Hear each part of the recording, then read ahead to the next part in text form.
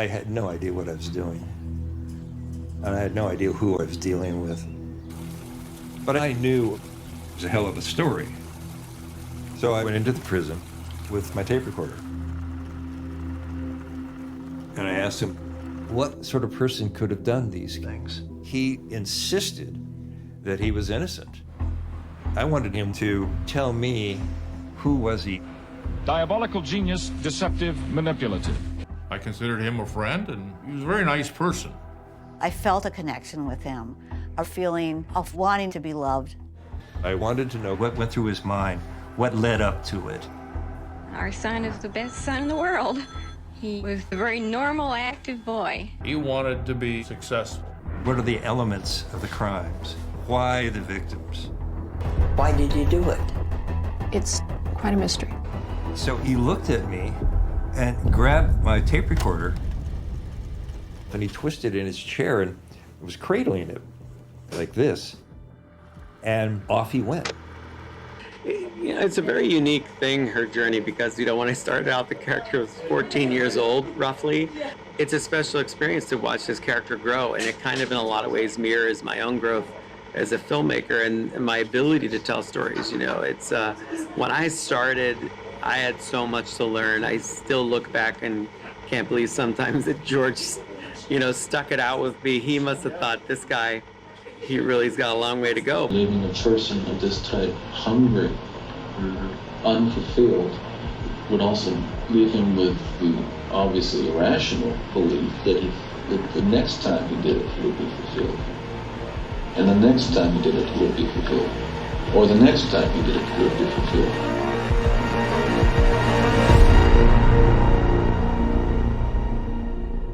Stop me if you've heard this one before. A Star Wars creator that has proven themselves capable of producing good stuff in the past is given the opportunity to write and direct their own project without collaboration with others. Despite their best intentions, they perform this almighty task in isolation, ignoring the cautious words of others as they seize creative control and turn their vision into a reality. The end result is polarizing. Some love it, while others hate it. Despite having a proven record when it comes to Star Wars, their latest hit-out fails to reach the heights of the previous work that was brought to the screen with the assistance of other writers, directors and editors, leaving fans at odds over the latest endeavour. Sound familiar? It bloody should, except this time we're not talking about George Lucas and the prequels, we're talking about Dave Filoni and his obsession. Ahsoka!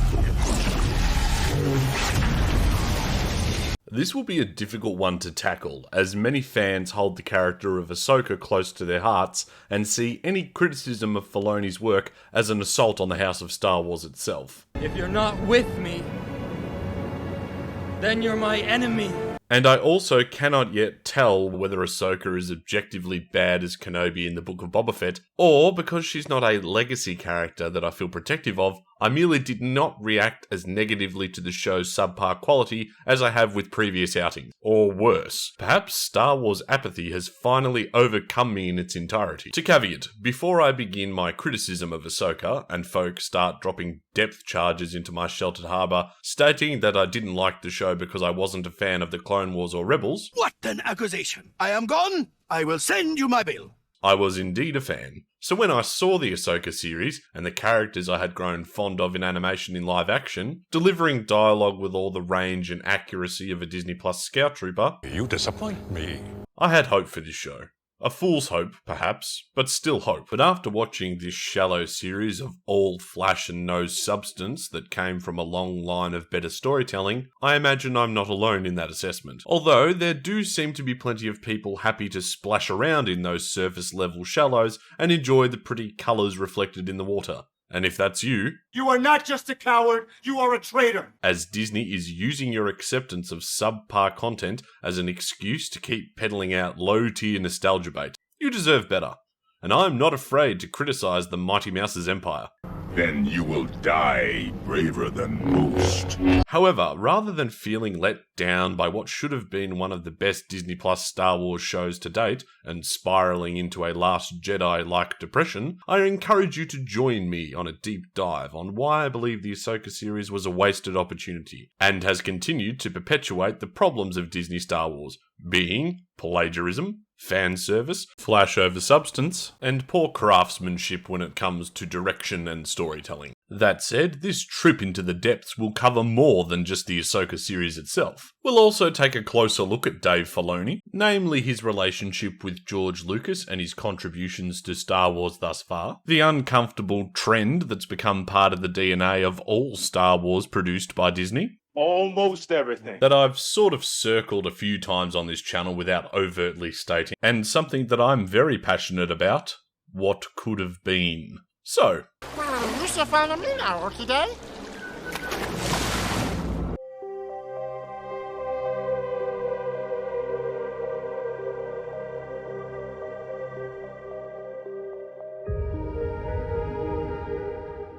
it would be next to impossible to critique Ahsoka without talking about Dave Filoni. A man who, if not directly responsible for Ahsoka's inception, certainly became her surrogate father as the Clone Wars and Rebels progressed. It's impossible. No, I am your father. And his creative decisions with Ahsoka need to be given critical context if I am to critique them effectively. Love, hate, or indifference to the man, he is the Star Wars protege to George Lucas, a creative director at Lucasfilm, and currently has a forced chokehold on the franchise. Harder, Daddy. A quick YouTube search will herald him as the saviour of Star Wars, or as a black hat wearing fraud. Take that ridiculous thing off. But what is the truth of it? Are we dealing with a man who is truly the apprentice of George Lucas? George has this hopeful story, and it's something that he's reiterated most times I've seen him, after we've been making things without him, is remember to make these stories hopeful. Remember to give that to kids because they really need it. And so that's just something to keep in mind. Who understands Star Wars more deeply than anybody else and is thinking with a galaxy brain from far, far away? Or a copycat artist using his ties to Lucas as a shield against criticism and who's actually a half-witted, scruffy-looking nerf herder? Well, to answer that, I guess we need to go back to when he first got involved with Star Wars. Contrary to popular belief, Star Wars The Clone Wars, not to be confused with Star Wars Clone Wars, is not the brainchild of Dave Filoni in isolation. What do you mean? In fact, Dave's writing credits for the series are few and far between, not taking the helm and writing alone until Season 7. This is outrageous! Which is actually after his writing credits on Rebels, noting that Season 7 of The Clone Wars came much later. Prior to this, Dave was assisted by other various co-writers, as well as a swab of others. Not to mention that Lucas was ringside for the whole process, and the series was his idea. The maker! Dave's primary role was director, guiding the other creatives to the end goal while under the tutorage of George Lucas, ultimately meaning that The Clone Wars was a collaboration of talent rather than a singular creative vision. We're all making the same story, but what's the best that everybody has to offer in that? And don't be threatened by that. It's not your idea. It's all of our idea. It's all one whole story. That's what we're making. And the only way that I fail as a director, and the only way that the crew will fail, is if I haven't clearly explained what the story is, why we're telling this, why you're performing it. So as an actor, any question you have, I should be able to answer. I should be able to get you directed back to why are we telling the story. You have to have the answers. You have to know. If you don't know the answer, if you don't know what the story is about, then you should not be at the helm. It just can't happen. Please remember this, as it will be important later. You had paid the price for your lack of vision. While working on the series, Dave, as a director and writer, was held to account by George Lucas and Leland Chee, the Lucasfilm's continuity database manager, or more affectionately known as the keeper of the holocron for the Lucasfilm Story Group, which in this harbour we call a law guardian. Under close supervision from these two gentlemen, Dave's creative direction for the Clone Wars went to some wacky and interesting places, forging the new television tier of Lucasfilm canon, while George cherry-picked at the elements from continuation and secondary canon to baptise the new television canon when and where appropriate. Oh shit, I can see I've lost some of you with those references to canon tiers. I'll drop a link below elaborating on the tiers of canon if you're unfamiliar with the concept, and you can check that out later. Should be easy to find, even for those droids in your archive. Actually, before I continue, this is an appropriate segue to discuss one of the major issues a lot of people have with Dave Filoni's approach to writing Star Wars. But I'm a big advocate of letting people's words speak for them. So, The chair recognizes Dave Filoni of Lucasfilm. For me, when I'm telling those stories, I don't limit things. I did an animation, so I would do it distinctly different in live action. There's just the story that it is. It's a funny thing, having been here a while and actually telling Star Wars stories, I'm in a very odd, unique position, which is that there's this notion that everything changed and when everything became Legends. And I can see why people think that. But, having worked with George, I can tell you that it was always very clear, and he made it very clear, that the films and the TV shows were the only thing that he considered canon. That was it. Mm-hmm. So everything else was a world of fun ideas, exciting characters, great possibilities. But the EU was created to explore all those things. And I know, and I fully respect people's opinion about it, that some of the material said the next canon part of it, okay. But from the filmmaking world that I was brought into, the TV series, the films were it. Mm-hmm. They were set in stone. We both firmly believe that we should really not answer directly a lot of the questions about Mortis. We have answers to those questions, for sure. But if I answer directly what something is, I feel that I'll be robbing you of the purpose of that arc, which is to make you wonder. It's to make you challenge certain ideas, to ask questions. Some fun things. I put wolves on Plo Koon's clones' helmets because I like wolves. I'm a big supporter of wolves and their natural habitat and their conservation. I don't know how real it actually is. I don't want to define that for people anyway. That's what it's about. But it's not my intention that it be this ability to walk through into somebody else's world. We have to keep being dedicated to being original and creative, and sometimes we take chances, and sometimes we do weird things like Crepe Bendu or, mysterious wolves. But I think as long as you work off the principles of the Force that George set up, that it doesn't change it, and you don't erode what makes Star Wars special. Now, if I was being cynical, I would say this can be translated to, I'm a lazy writer who hates doing research on work that's not my own. I don't like answering plot holes, and I like putting stuff in there that I think is cool, regardless to whether it has a reason to be there or not, or even makes sense. Which is fine when it's your own creation. No one was going to tell George Lucas that the prequels weren't lining up with the references to the Clone Wars from Timothy Zahn's Thrawn trilogy, or the origins of Boba Fett not aligning to the comic books, as an example. Not that it would have mattered to George anyway. There is no Episode 7. Because in his own words, and I quote, "There's no story past Episode 6. There's just no story. It's a certain story about Anakin Skywalker, and once Anakin Skywalker dies, that's kind of the end of the story. There's no story about Luke. Apart from the books. But there's 3 worlds. There's my world that I made up. There's the licensing world that's the books, the comics, all that kind of stuff. The games, which is their world. And then there's the fans' world, which is also very rich in imagination. But they don't always mesh. All I'm in charge of is my world. I can't be in charge of those other people's worlds, because I can't keep up with it. So if George wants to rewrite the history, that is his prerogative. After all, it is his world. However, when others are writing for a world that is already established, particularly by someone else, they are required to operate within the constraints and limitations of that law. It's a science that I can make up, but once I make up a rule, then I have to live with it. Such as? The world according to George. One of the rules is that there's sound in space.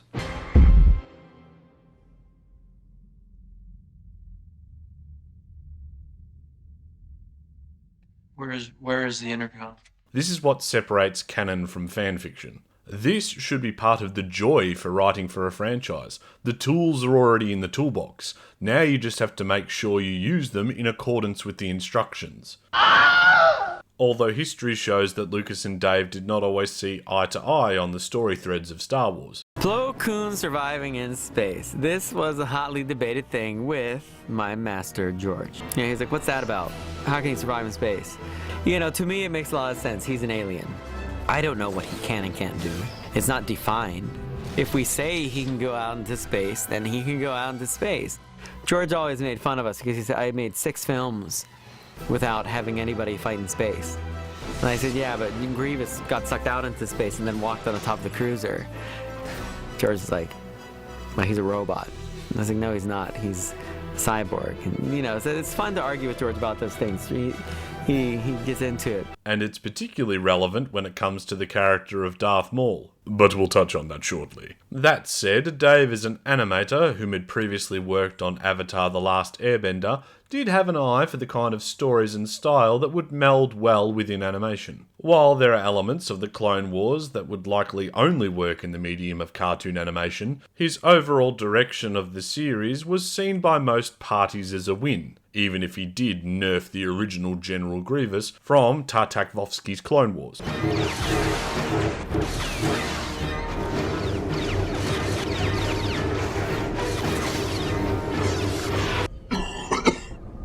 Jedi scum!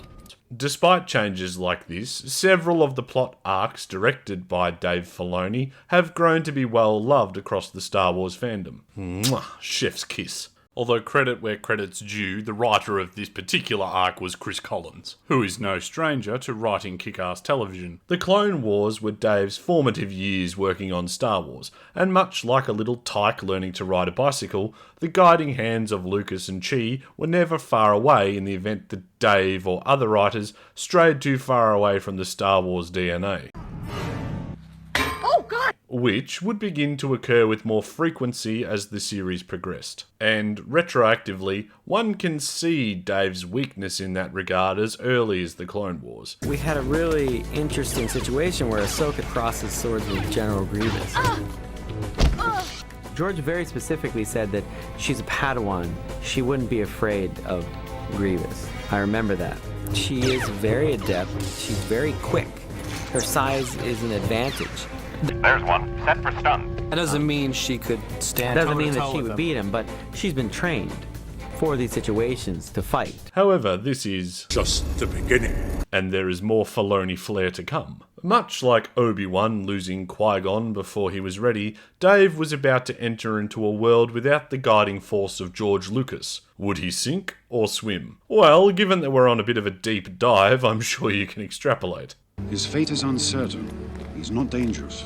After George Lucas sold Star Wars to Disney in 2012, The Clone Wars was cancelled in favour of the Disney-branded Rebels, despite its predecessor remaining part of the new Disney canon. If you're going to steal my parts and then sell them back to me, could you at least clean them first, as a courtesy? This time not created by George Lucas, but Dave would create the series alongside Simon Kinberg and Carrie Beck. Kinberg being a producer on Rogue One, and also one of the original writers identified for the sequel trilogy. Of note, Dave would not be the only creative director on the series, working this time alongside several others, as well as writing 13 of the 70+ episodes himself. However, despite the show having some of the best scenes in animated Star Wars, at least in the opinion of this jellyfish, Rebels began to really warp the Star Wars DNA to forms well outside what George Lucas had originally envisioned. Sacred Jedi text! That's not to say that Dave and the other writers on Rebels were totally off the reservation at this point,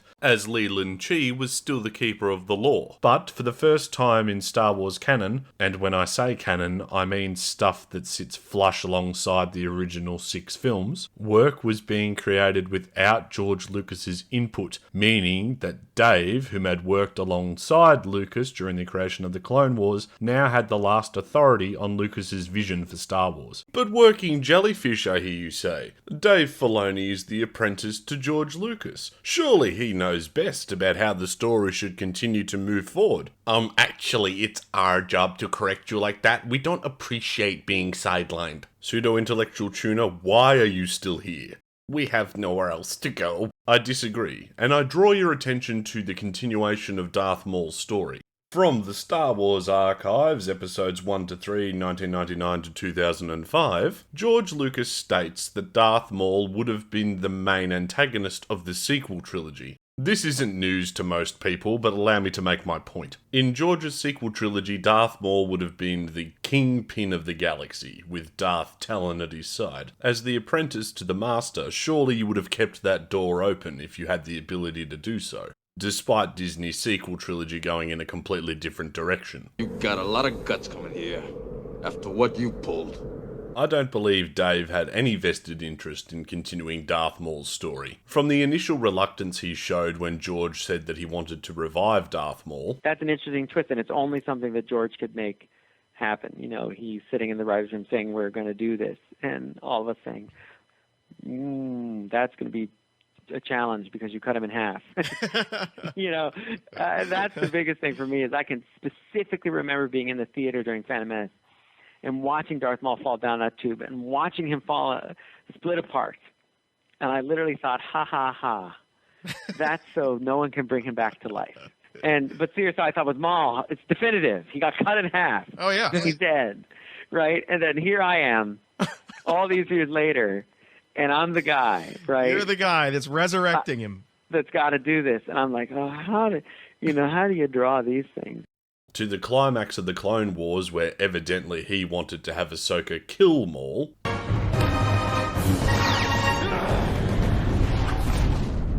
Let me go. Let me die. To finally Rebels, where without George, he had enough creative control to end Maul's story once and for all.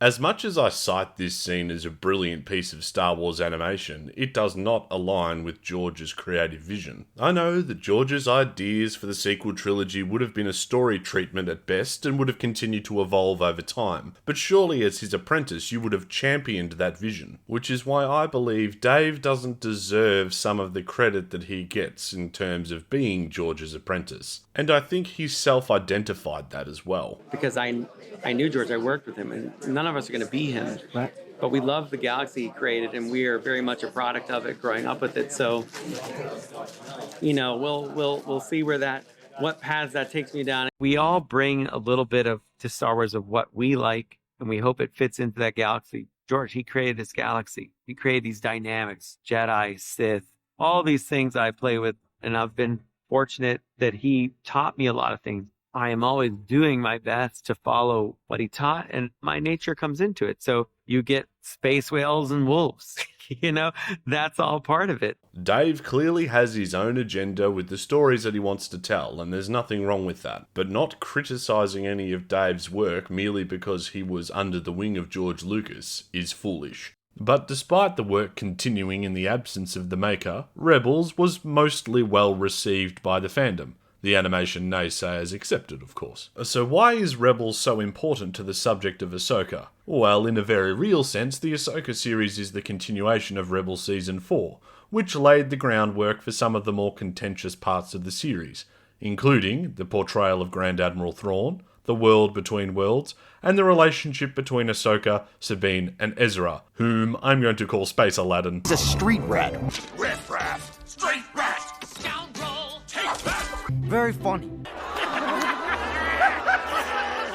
All Dave's creative decisions on the Ahsoka series come from a place of singular confidence that he has garnered from working with George Lucas, that was tested alongside other creatives while working on Rebels, and is now manifest in live action. But is that confidence and faith from the fandom actually deserved? As I've highlighted, Dave's work on the Clone Wars and even Rebels was heavily assisted by others in terms of writing and editing. So let's take a look at what happens when the alleged apprentice of George Lucas, who doesn't believe in the value of the Star Wars EU storytelling, likes to ask big questions and not provide answers, is given creative control of their own show where they don't have the safety net of George Lucas and other writers to assist them. As we ask two very important questions. 1. Is Dave Filoni the apprentice to shepherd Star Wars forward? He is the chosen one. You must see it. And 2. Is the Ahsoka series a fine addition to the Star Wars canon? It's gonna be messy. We gonna watch it.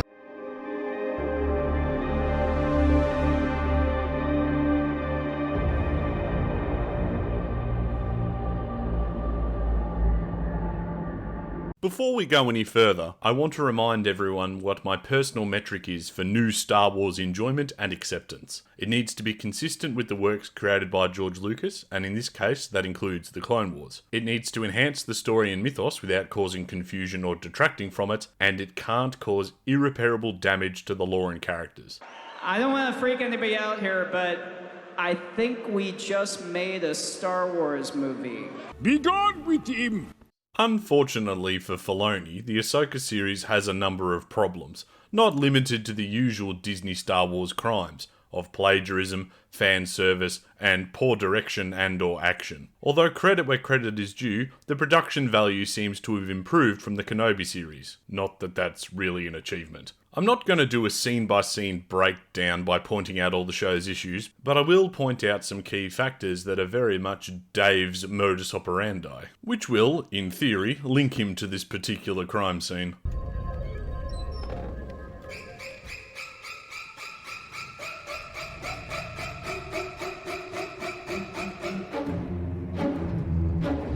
Immediately, and arguably most pressingly, the Ahsoka series has a problem with accessibility. Not just for casual fans, but even for long-term fans of the animated series. Allow me to explain. The first crab off the bank is the character of Ahsoka. Where is Ahsoka? Yeah, I'll do you one better. Who's Ahsoka?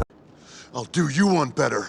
Why is Ahsoka? If you're a casual Star Wars fan, then you've probably seen the mainline films, but there's no guarantee that you've seen the Clone Wars or Rebels. So, assuming you've watched all of the other Disney Plus shows, unlikely, your exposure to Ahsoka will be limited at best. So if by some miracle a normie that hasn't done the required previewing of Clone Wars and Rebels, but has watched The Mandalorian or The Book of Boba Fett, and seen Ahsoka, enjoyed her episodes/cameos enough to click on a show about her, it's important to establish her character for the new audience, frame the story and the stakes, and give the audience a reason to care about it. Otherwise, the show is exclusively for the target audience of fans who watched Clone Wars and Rebels, which is fine if that is in fact the goal, but will greatly limit your potential audience. I'm not a gambling jellyfish, but the who factor alone is probably why Ahsoka's viewing numbers, at least the ones that were released to the public, were less than that of the Book of Boba Fett, and had a massive drop-off between opening and finale. This time around, Disney wasn't dealing with a much-loved Lucas legacy character, and while Ahsoka is popular amongst elements of the fandom, she evidently doesn't carry the same Star Wars star power as the pop culture legends of Obi-Wan Kenobi and Anakin Skywalker.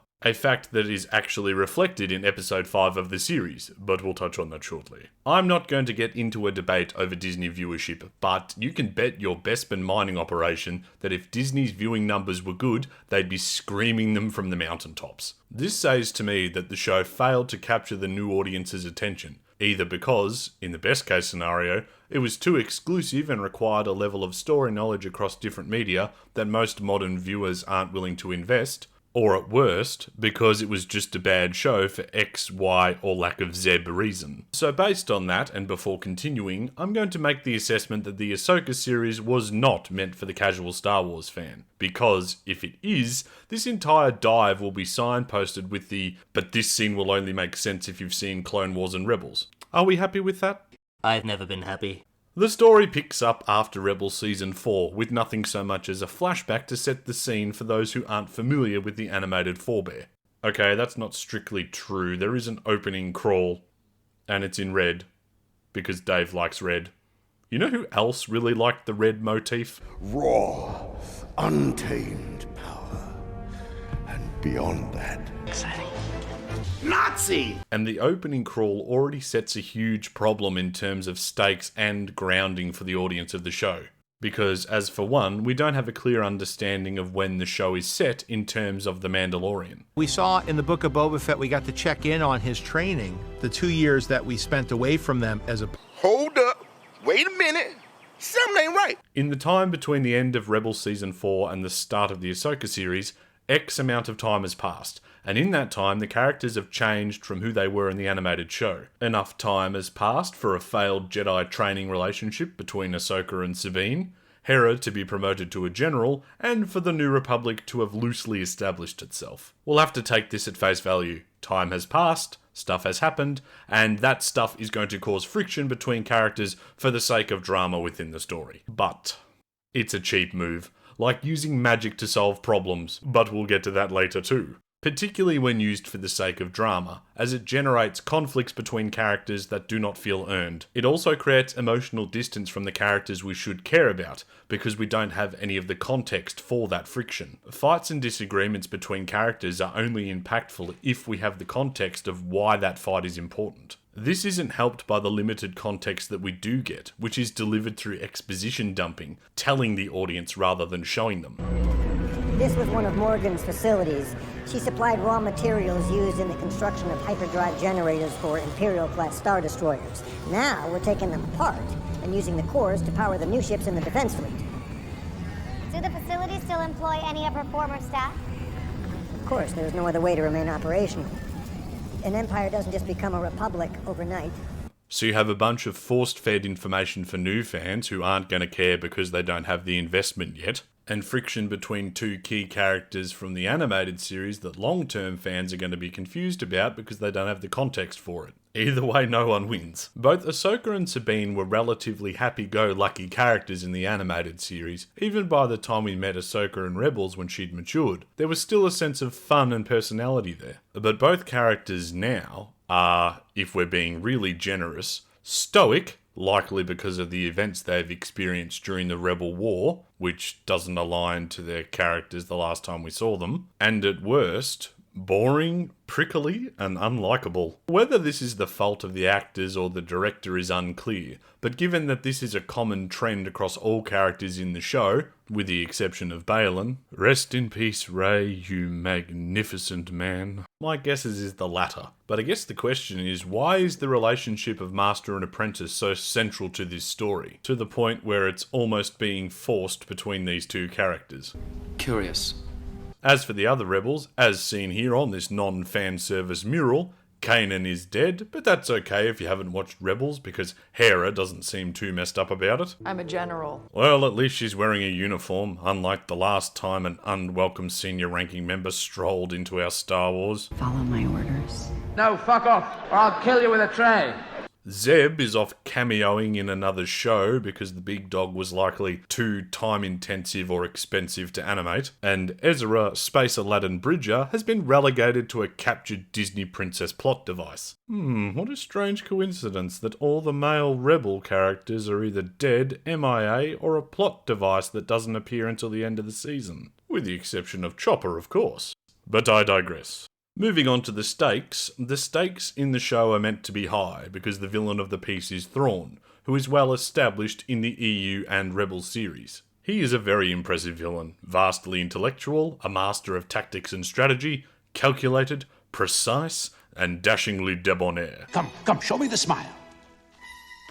Fans of the EU know the danger this Chiss poses to the galaxy should he return, and while he suffered a fate similar to that of General Grievous from Clone Wars to The Clone Wars, when he made his appearance in Rebels, fans of that show too have seen the lengths Thrawn will go to assure victory. This rebellion ends today. We'll never surrender to you, Thrawn. You misunderstand, Captain. I'm not accepting surrenders at this time. I want you to know failure, utter defeat, and that it is I who delivers it crashing down upon you. Now, let us proceed. But if you haven't watched Rebels or are unfamiliar with the EU, then this is just another random blue guy that appears without context. There is plenty of talk about the threat of Thrawn's return in the show, but it lacks weight because we are once again being told and not shown. Remember in A New Hope when we're told about the evil Galactic Empire and their space station, and then in the next scene we see them in action? Then later we see the threat the Death Star actually poses? And then we see the Rebel base in the crosshairs, with its pilots racing against a ticking clock to save the day. The threat was all contextualised throughout the movie, building the stakes as it went. In Ahsoka, the threat of Thrawn is only spoken about and never realised. I will give Thrawn plenty of time later, as I feel his character was grossly mishandled in the series. But framing him as this galaxy-shaking danger our heroes are determined to prevent from returning falls flat, particularly as the show progresses and we see the character of Thrawn as written by Filoni. You an idiot? You're calling me an idiot? I'm calling you an idiot! All the pieces of this puzzle, from the protagonists to the villain to the side characters, require an in-depth understanding of Rebels, The Mandalorian, and arguably elements of the EU just as an initial buy-in. Ahsoka is another story where you can step in at any point and not feel that you necessarily have to have seen everything. Dickhead. But don't have enough intrigue within the show itself to keep new viewers engaged. As for fans of Rebels, the portrayal of all these parties is so vastly different from the last time we saw them, it's hard not to be a little confused about their motivations, reactions, and goals within the show. Oh, hey, Sabine. I see you're, painting stuff. Oh, nothing gets past you, kid. You know, if you ever need a little inspiration. We're not really family, but you're like a sister to me. What the fuck? So, in terms of accessibility and investment for both old and new fans, the Ahsoka series well and truly missed the mark. Unless you're only interested in flashy visuals, without any storytelling substance, in which case this show's got you covered. We'll secure the perimeter. Come on, let's go!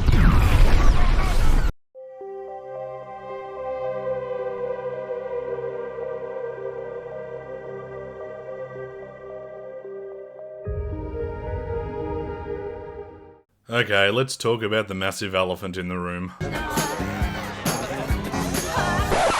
The character motivations in this show are about as clear and consistent as a pelican shit on a car windshield. But the main offender is the titular character, Ahsoka, and her apparent lack of progress. At the end of Rebels, Ahsoka is a completed character. Depicted as Ahsoka the White, which has been subsequently retconned by Dave for the sake of the drama in this series, much like Gandalf, she fought her battle against her old master and emerged stronger, wiser, and clearer. And yet, Dave has a tendency to alter elements, characters, and even established lore for the sake of a new story, a lesson he evidently learned from George Lucas. The crux of Ahsoka's change in the series is twofold. One, to give her character doubts that she did not have in Rebels as she attempts to train Sabine, despite her never showing any interest in doing so previously, and two, to reawaken her doubts about her relationship with Anakin to enable the revenge of fan service. You look old. I can't actually tell if that's meant to be a meta-reference to how Hayden Christensen appeared in the Obi-Wan Kenobi series, or whether that's just more of Dave's stellar dialogue writing. This is the Clone Wars! But I guess that's another point in favour of him being George's apprentice. Anyway, the last time Ahsoka saw Anakin was here, the Sith Temple on Malachor in Rebels Season 2. In this moment, she still harbours loyalty to Anakin, and refuses to believe that he has become Darth Vader. The shock, that it is true, almost breaks her. She is trapped by her guilt. She blames herself for Anakin's fall to the dark side, for abandoning him and the Jedi, for not being there. Something that was also more or less retconned by Dave Filoni in Clone Wars Season 7. But she absolves herself of her guilt in this moment. I won't leave you. Not this time.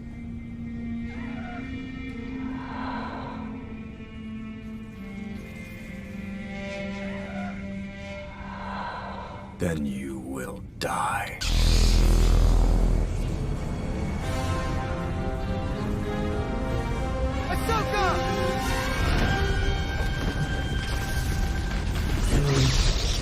In this moment, her arc as a student to her master is complete. She is no longer bound to Anakin, for he is gone. Consumed by Darth Vader. She will now fight what he has become to honour his memory. And what a fitting end it would have been for her character too. Saving Ezra and refusing to kill her old master, believing that she could bring him back from the dark side as she fights Vader and is ultimately slain by the most iconic villain in modern cinema. Ah, that would have added all the more gravitas to Anakin's redemption in Return of the Jedi. Now that truly would have been an enhancement that didn't cause irreparable damage to lore and character. Instead, because Filoni doesn't know when to let a good thing die, and don't worry, we'll be discussing that later, we see the first employment of the World Between Worlds, a plot device that not even its creator understands or can explain because it's designed for one purpose, to enable Ahsoka at the cost of any logic, saving her on Malachor and now enabling this scene here. I'm here to finish your training. It's a little late for that. One is never too old to learn, Snips. So based on what the series has given us up till this point, Ahsoka is worried that if she trains Sabine, she will fail as her master did, and as Obi-Wan did. And that her legacy, based on one conversation with the enemy, is one of death and destruction, meaning that if she continues down her already well-trodden path, she will become just like Anakin, despite all the good that she has already done up until this point. And the only person that can teach her this lesson is Anakin, because she still sees him as her master, despite having reconciled this relationship not once, but twice. And having Anakin's son, living proof of Anakin's redemption, alive and available to discuss any of these doubts with. Apparently not. Regardless, Ahsoka must choose, live or die. Cake or death? Cake, please. Well, we're out of cake. So what do you want? Well, so my choice is or death? But the question I have, apart from the obvious of why is this even happening, is... Where are we? When are we? Obviously, this vision of Anakin Skywalker is circa Revenge of the Sith, and yet he has memories from Episode 6. I won't fight you. I've heard that before. Cool line, but is this a flashback? Is Anakin a Force ghost? Is Ahsoka tripping balls because she's drowning in the ocean somewhere? And this is all happening inside her head. We haven't been provided any answers, and the lessons this apparition is attempting to impart are equally as vague. Listen, I'm teaching you how to lead, how to survive. And to do that, you're going to have to fight. Was this not reconciled by the time she assaulted Mandalore? She seemed pretty convinced of herself in the Clone Wars Season 7, to the point where she understood the sanctity of life by not killing the clones that betrayed her. So why is that now, after all this time, out of absolutely nowhere, Ahsoka has decided that she doesn't want to fight anymore? That she doesn't want to risk becoming a Vader-esque villain? Because prior to this episode, prior to this series, Ahsoka has never expressed any concern that her fight wasn't a just one, that it wasn't the right thing to do. In fact, she continued the fight well after the Clone Wars, joining the Rebels when she could have faded into obscurity, as so many others did. And she did this not because she was worried about her legacy, but because she believed in the cause. And more so, that the cause was worth the cost, up to and including her own life. This scene exists for one reason, because Dave wanted an excuse to put live-action Anakin alongside live-action Ahsoka, but didn't know how to do it in a way that wasn't totally contrived, to milk Clone Wars prequel nostalgia with a recognisable character. But in terms of the story, and Ahsoka's overall character arc from previous animated seasons, it feels totally unearned, forced. Well, it comes up because it's important to the story. And so it's not fan service at its inception point. Sorry, Dave. This is the very definition of fan service. It's taking place in an undefined location with undefined rules at an undefined time, derived from one conversation with Baylan. Your legacy, like your master's, was one of death and destruction. Her doubts manufactured off-screen with no foreshadowing prior to the series as an excuse to bring back Anakin Skywalker to teach her some lessons that she didn't need to learn. Shallow, superficial flash with no substance. It's very pretty flash, and it's great to see Hayden Christensen back, acting the parts from both the prequels and the Clone Wars like he never left, but without substance, literal fan service. Hollow and as empty as Vader's mask in The Force Awakens. You lack conviction. Actually, this line may actually make sense now, because if her convictions were that shaken by one conversation with Baylan, he is either the most charismatic, persuasive man in the galaxy, or Ahsoka is acting completely out of character. Convenient. This scene is supposed to be explaining why Ahsoka becomes Ahsoka the White. But other than a costume change and a desire from Filoni to rip off The Lord of the Rings, nothing has actually happened to warrant that change. Actually, Lucas never explained what the deal was with the Force Cave on Dagobah either, so we don't always need things explained to us to enjoy them. Yeah, that's a cop-out. Do you know why? Because when Luke leaves the cave, he is as confused as when he entered. There's no explanation as to what he fought or why it mattered, because he doesn't emerge, don a white robe, and start communing with space whales while looking down his nose at the one character who is pointing out how stupid all the plot contrivances are. It could go anywhere. I know. That's better than going nowhere. Not really, if you end up crashing into the sun or equivalent. Traveling through hyperspace ain't like dust and crops, boy. Without precise calculations, we'd fly right through a star or bounce too close to a supernova and that'd end your trip real quick, wouldn't it? If a character fundamentally changes who they are as the result of a scene, perhaps there needs to be some thought given to explaining how and why that happened. Not vague pseudo-intellectual scripture about non-existent lessons that the character is learning. My point is, this scene, sequence, and even episode involved some serious off-screen retooling of story to enable the reverse engineering of character motivations, doubts and events, and even logic, for no other reason other than to insert Clone Wars Revenge of the Sith Vaderkin. Why? Because Ahsoka and Sabine's story did not have the legs to stand on its own. And if your principal characters don't have the narrative backbone to hold up their own story without manufacturing an excuse to throw out nostalgia bait, then you need to ask if your story is worth telling, lest you sow further discord with it. Speaking of...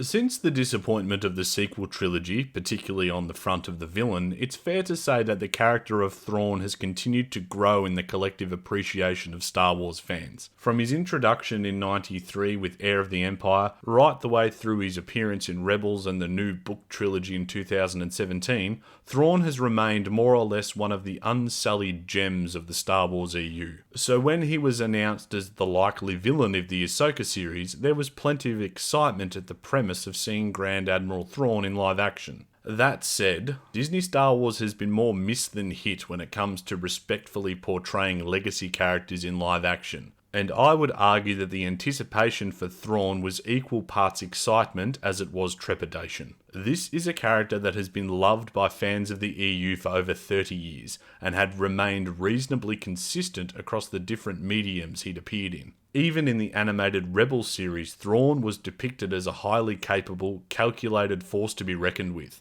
only truly defeated by some of Dave's more outlandish ideas, which surely wouldn't appear in a live-action series. At the time, the creators of Rebels seemed to be hyper-aware of the complexity of utilising the character without inadvertently disrespecting him. Yeah, I said Carrie Hart and I really liked the character and were thinking of a way to include him from the first season, but it had to be special and have its own space, and we had to figure out how he would fit in, and we don't want to defeat him every week. And so how does Grand Admiral Thrawn look when written by Dave Filoni? Well, perhaps we should ask our subject matter expert. A great tactician creates plans. A good tactician recognizes the soundness of a plan presented to him. A fair tactician must see the plan succeed before offering approval. Those with no tactical ability at all may never understand or accept it, nor will such people understand or accept the tactician. To those without that ability, those who possess it are a mystery. And when a mind is too deficient in understanding, the resulting gap is often filled with resentment. Couldn't have put it better myself. The Thrawn in Ahsoka, much like the man writing him, has no concept of tactics, strategy, or military acclimate. He is but a shadow of Thrawn, a vision of a king as seen through the eyes of a fool, who comes across as a parody rather than a serious threat. Deploy teams 1 and 2 use counter-encirclement in tandem. One might even call this first match with Tano a success. Except for one small flaw. Worse still, what is supposed to separate Thrawn from his contemporaries is his intellect, the way he outthinks an opponent, anticipates and outmaneuvers. Let's play another game. Thrawn has detected an enemy ship hiding in an asteroid belt. His mission is to reach the planet below, load his Star Destroyer with cargo, and leave the system. He has limited resources. What does he do? A. Send probes into the belt to locate the target for accurate prosecution with turbo lasers. B. Deploy mines along the planet-side exit vectors to delay the enemy vessel. C. Send fighters to flush the enemy out into the open and into a pre-sighted kill zone. D. Ask space witches to find the target with space magic, then deliberately let the target escape, waxing lyrically about learning an important lesson. Ding ding ding! What do we have for her, Johnny? Unfortunately, this is just one example of the absolute stupidity of this Grand Admiral, whom undoubtedly would have been executed for this level of incompetence if working on board the Executor. You have failed me for the last time, Admiral. But the more insufferable is how each of the tactical failings is played as a victory, some smaller piece of the puzzle that will accumulate into ultimate victory. An acceptable outcome. Not really, mate. Given that you had clear air and outnumbered the enemy 10-1. Thrawn is meant to be, and is said to be in the show, the next big threat to the galaxy. His return will spell war for the New Republic on a scale not seen since the Rebellion. If saying it would only make it so. And yet, with all his resources, intel, and space magic, he is unable to destroy 3 people stuck inside a slow-moving target when he has air superiority. The show isn't exactly selling him as advertised here. Shh, listen, can you smell that? Smells like Filoni plot armor. Mind you, I guess I shouldn't be surprised. Perhaps in the land of Disney Star Wars, Thrawn is the best tactician they've ever seen. I mean, in this scene, he almost hits the targets. Missed it by that much. Unacceptable! This misstep with Thrawn cannot be overstated, and to call it wasted potential is a colossal understatement. The Emperor is not as forgiving as I am. Grand Admiral Thrawn is literally the poster child for the EU, and while his character in the show wasn't assassinated through subversion, he is yet another victim of Star Wars malpractice. For all the talk about getting him right, respecting his character, and only bringing him in when appropriate, to give us this Dr. Evil tier meme of a villain is unforgivable. Much like Dave's writing, Thrawn is all talk, feigning something more impressive than the disappointing reality. Another monument to what Star Wars fans have lost when Disney decanonized the EU. Hope of seeing one of their favourite characters in a story that was actually worthy of them. Maybe Star Wars is dead, and Dave Filoni didn't let it die quietly. This mindless, reanimated corpse of a franchise now stumbles from show to show, reaching out with blood-stained hands to smear anything and everything that came before, whether EU or George Lucas. A scent of wasted potential now poisons the promise of any future projects, the decay of hope lingering in a pit of plagiarized mediocrity. That's actually a perfect segue.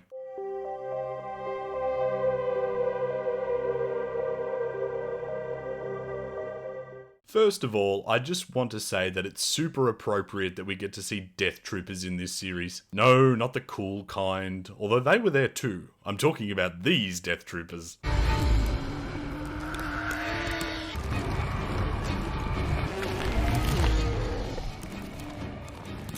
Lucky us! I feel this is a super meta-appropriate analogy for the current state of Star Wars. Firstly, because people that get stabbed in Disney Star Wars with lightsabers can't stay dead.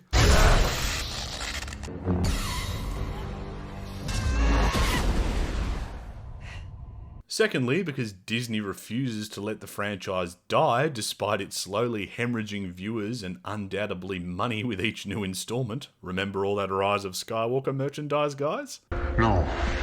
Neither do I. Thirdly, because despite killing off the EU, the folk at Disney are happy to raid the tomb for any potential treasures left unexploited. and now because Dave has chosen to resurrect yet another piece of Clone Wars that George wanted killed off after it had served its purpose. As mentioned earlier, George Lucas was very keen to bring back Darth Maul, but cared less about how that was to be done and more about what he could do with the character upon his return. The Nightsisters are the byproduct of Maul's return. Despite being part of the EU and inclusions in LucasArts games before Lucas baptized them in television canon, Lucas always had the endgame in mind when inserting magic powers into the Star Wars universe that could rival the Force. Sprinkling a little bit of salt on my conjecture before we continue, I'm sure Lucas, unlike Dave, could appreciate the problem of allowing the Nightsisters to continue existing when it came time for the original trilogy. Magic is problematic by nature when it comes to writing, and without clear rules it can become a very slippery slope. George wasn't about that, having rules in place for his galaxy to the point of wishing to explore the Wills and midi-chlorians in his proposed sequel trilogy. So I'm sure the existence of non-Force using magic types within his core canon would have seemed problematic in his eyes. But it's no coincidence that George Lucas co-wrote the episode that introduced the Nightsisters alongside his daughter, and also the one that took care of them.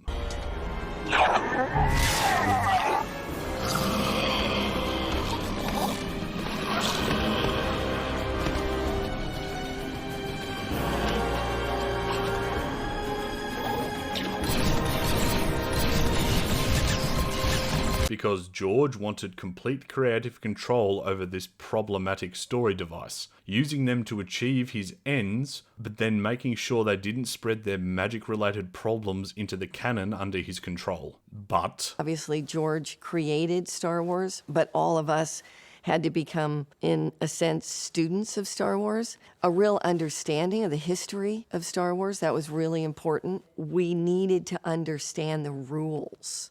And once we understood that, then we could branch out. Once George sold Star Wars to the white slavers that take these things and these plagiaristic pirates immediately went to the junkyard of concept art and abandoned ideas, pilfering anything they could get their hands on to hide their own lack of creativity. Where you go, wow, so a lot of the things maybe that we knew before are probably in there. How do we excavate that?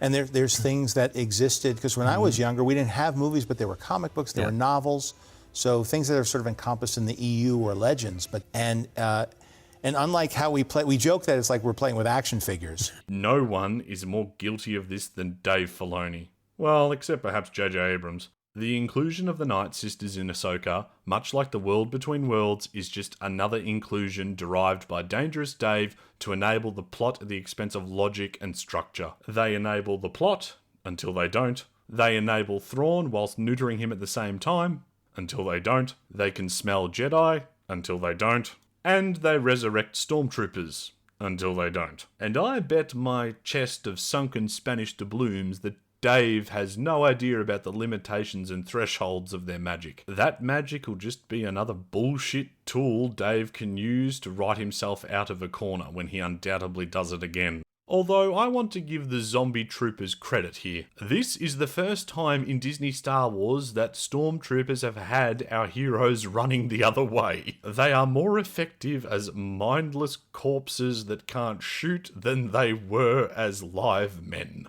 And if that's not a solid indictment of Disney Star Wars and Dave Filoni's writing, I don't know what is.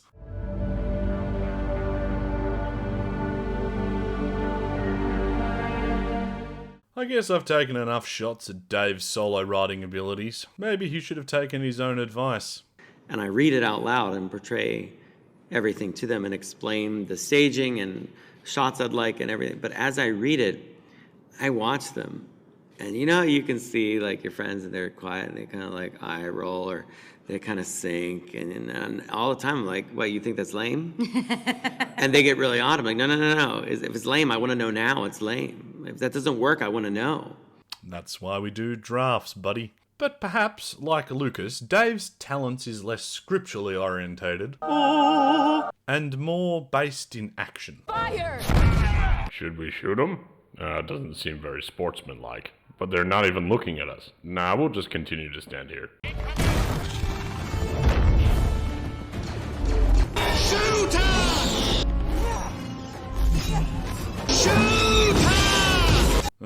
Okay.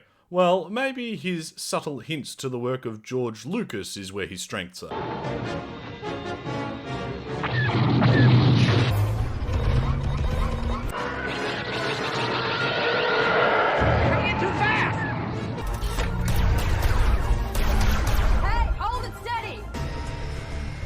Zeigt keine Gnade.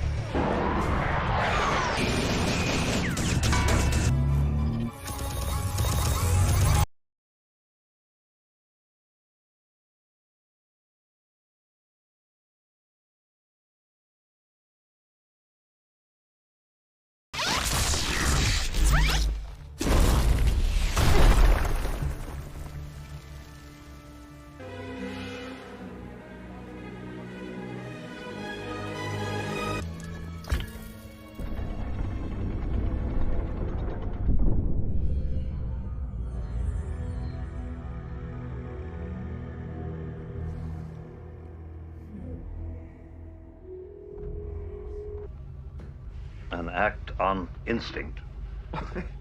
With the blast shield down, I can't even see. How am I supposed to fight? Your eyes can deceive you. Don't trust them. You're training the body, but you must also open your mind. Put this on. You're joking.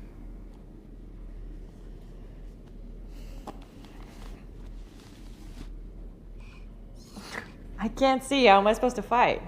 Okay, there's paying homage and then there's taking the piss. I would argue that that's less in line with respecting and more akin to bootlegging. Well, surely there were some worthy inclusions to the Star Wars canon and mythos in Ahsoka. Dave always enjoyed expanding the canon.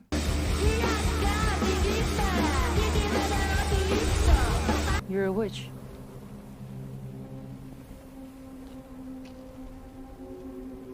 A survivor. Contact Morgan. Tell her I believe we have located the reflex point on Cetos. You heard our call to you in the dream. Your visions guided me across the stars.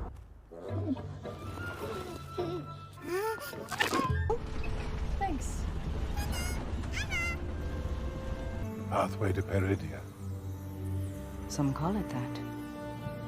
The children of the Jedi Temple call it that. It comes from old stories. Fairy tales.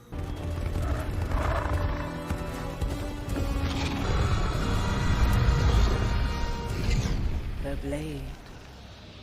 Both Taliesin.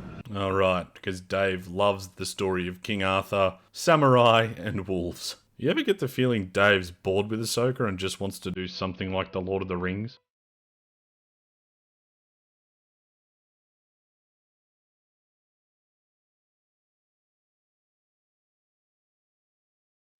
I see. Well, that's a shame. But I guess that sums it up quite nicely.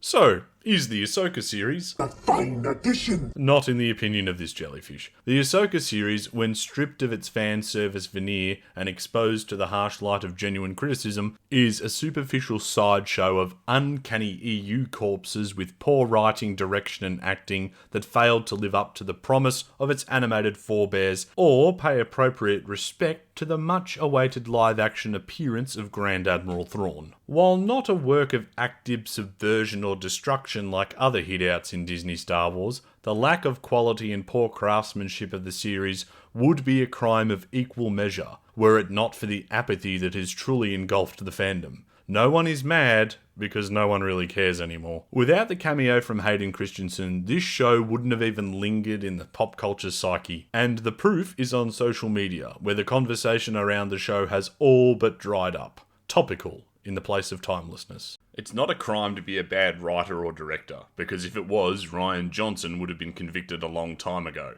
But here in the Sheltered Harbour, we take crimes against imagination and creativity very seriously. And Disney's rap sheet for that particular charge is ever growing. As for the charges levelled against Filoni in the case of the Ahsoka series, remember that for everything Dave adds to his canon, he is erasing more and more of the EU. Which may have been tolerable for some when he was working with others to make sure the end product was at least somewhat reflective of the EU, but when he's doing it alone... Who could have done this? The court of brainless wisdom finds you, Dave Filoni, guilty. You are not fit to judge me. Dave Filoni is as much George Lucas's successor as I am a goober fish. Oh, goober fish. He may have some Lucas-like tendencies, from his penchant for shoddy dialogue to falling short in the eyes of the fandom when writing and directing in isolation, but without the writers of Clone Wars and Rebels propping him up, he is nothing more than another name on an ever-growing list of people that should not be trusted with Star Wars. So, no, I don't consider him to be the apprentice of George Lucas, because he's proven unworthy of the title. When he was working alongside Jon Favreau, and we had two pieces of the Lucas coin, being a technical drive to improve filmmaking and a passion for the lore, at least in terms of the prequels, I might have considered Dave worthy. But alone... Pain, suffering, death, I feel. And to think I ended my last video with a sense of hope that Dave could carry the torch forward with this series. Jeez, I can't even begin to imagine how bad his film's gonna be and how much damage it's gonna do to Thrawn's legacy. I have recalibrated the code, warning all surviving Jedi to stay away. Well, that'll teach me for getting my hopes up, I guess. I could go on. I didn't even mention how terrible the subplot was with Hera and the New Republic, and how each new show seems to make them more and more inept, further spitting on the graves of the Star Wars EU as they double down towards the sequel trilogy. There's also a whole conversation to be had about how Dave continues to confuse simple universal storytelling with child-friendly wackiness for kids, which often sees scenes in live action that should have stayed in animation. And most alarmingly, he seems determined to use Ahsoka as a wedge to drive between Anakin and Luke. Maybe we'll talk about that in the next one. But remember, I'm just a brainless lump who refuses to end this video on a sour note. So here are some parts from Ahsoka that I actually liked. Hooroo, my friend.